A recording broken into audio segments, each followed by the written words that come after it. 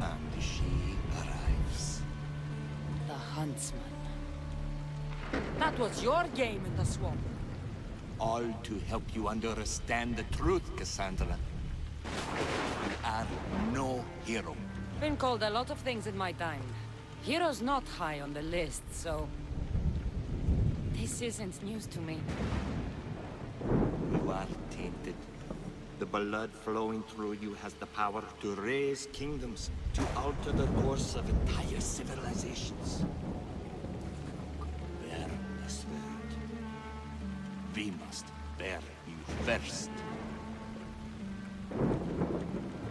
You can't know what I'll do or who I'll become. I decide my fate. I decide my future. And I've decided I'm a threat to you and your order. You're the great disturbance and Morgus wonder. The terrible threat to Persia. You're no different from the others. I heard the order of the ancients were to be feared. Persia's greatest, most dedicated warriors. Yet you cower in the dark, huntsman. Some battles are best fought from the dark. You disrupt the natural order. And thus, you are unnatural. It will be my pleasure to restore order. To do nature's will. To return to the dead.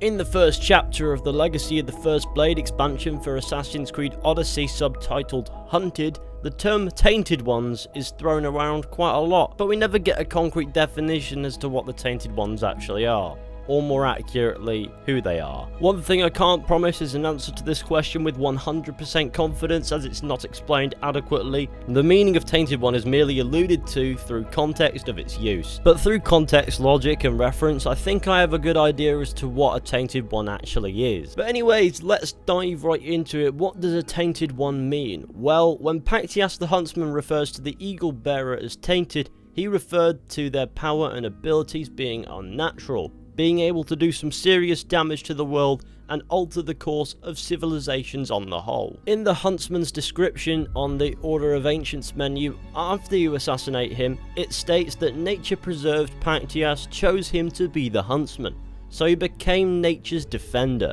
and few things offended nature more than the Tainted Ones. Therefore confirming that when Pactias was referring to the Eagle Bearer as tainted, he was referring to the Tainted Ones. So therefore Cassandra, the canon protagonist, is a Tainted One. So Cassandra fits the bill of a Tainted One, but how? Well, Cassandra possesses at least one piece of Eden for one, which enhances her abilities immensely to begin with, but she also demonstrates an incredibly high synchronization with said pieces of Eden, meaning she had a high concentration of First Civilization DNA. Further proven by her resilience to the corruption effects pieces of Eden have demonstrated in the past on characters such as Al-Mualim, for example. Cassandra was also immune to the harmful effects pieces of Eden could have, as demonstrated by Abbas, who was nearly killed when he attempted to wield the Apple of Eden. Whereas Cassandra came into contact with various apples over the course of the story of Odyssey, and none of them seemed to have any effect on her. When fighting Medusa, Cassandra is immune to Medusa's stone-turning abilities, meaning that if she gets hit by Medusa's blast, she does not turn to stone, something that other humans would have done. I know the real reason behind this is ease of gameplay, but believe me, it's done now, it's in there, we might as well use it canonically. Cassandra also used the Spear of Leonidas, another known piece of Eden, to enhance her physical abilities, making her immune to any fall and be able to emerge victorious against otherwise overwhelming odds. As a result, when using a piece of Eden, Cassandra in canon can only be described as unstoppable,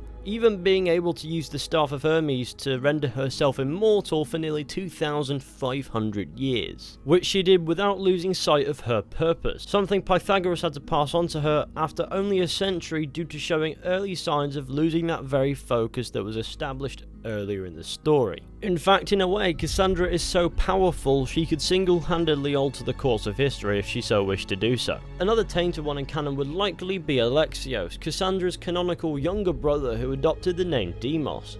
He wielded an Isu sword that granted him similar abilities to that of the Spear of Leonidas, making him also virtually unstoppable, therefore he too could potentially alter the course of history through his power, something the cult of Cosmos wished to exploit. It would seem the power Tainted Ones possess, or in some cases the potential of power presumably Desmond Miles would have fit this build too, is so immense that the Order of Ancients deemed them to be dangerous and unnatural, and above all else a threat to their own power, thus explaining their attempts on the Eagle Bearer's life in the legacy of the First Blade story arc. So to summarise all this jumble, I believe the term Tainted Ones refers to humans with high concentrations of Isu DNA, who have access to a piece of Eden or Isu artifact of some variety, enabling them to unlock superhuman abilities that make them seem more like gods than humans. Their abilities, for example, make them a threat to the Order of Ancients and the world as a whole if they so wish to be, and therefore members of the Order, such as the Huntsman, deem them to be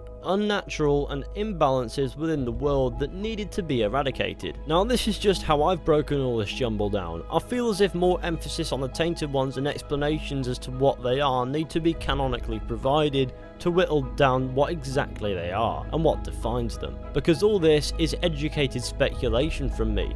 Hopefully you can see sense in my attempt at using context, logic and reference to explain the Tainted Ones. Please be sure to provide your own input down in the comment section. I want to know what you think. Do you agree with what I'm thinking? Do you think the Tainted Ones mean something else? Be sure to let me know. But anyways, thank you all for watching this video. I hope you all enjoyed. Be sure to go ahead, leave a like, subscribe, share the channel with your friends and all that wonderful stuff. Be sure to go ahead and follow me on Twitter, I'd really appreciate that. And I will see you all very soon with another video at some point.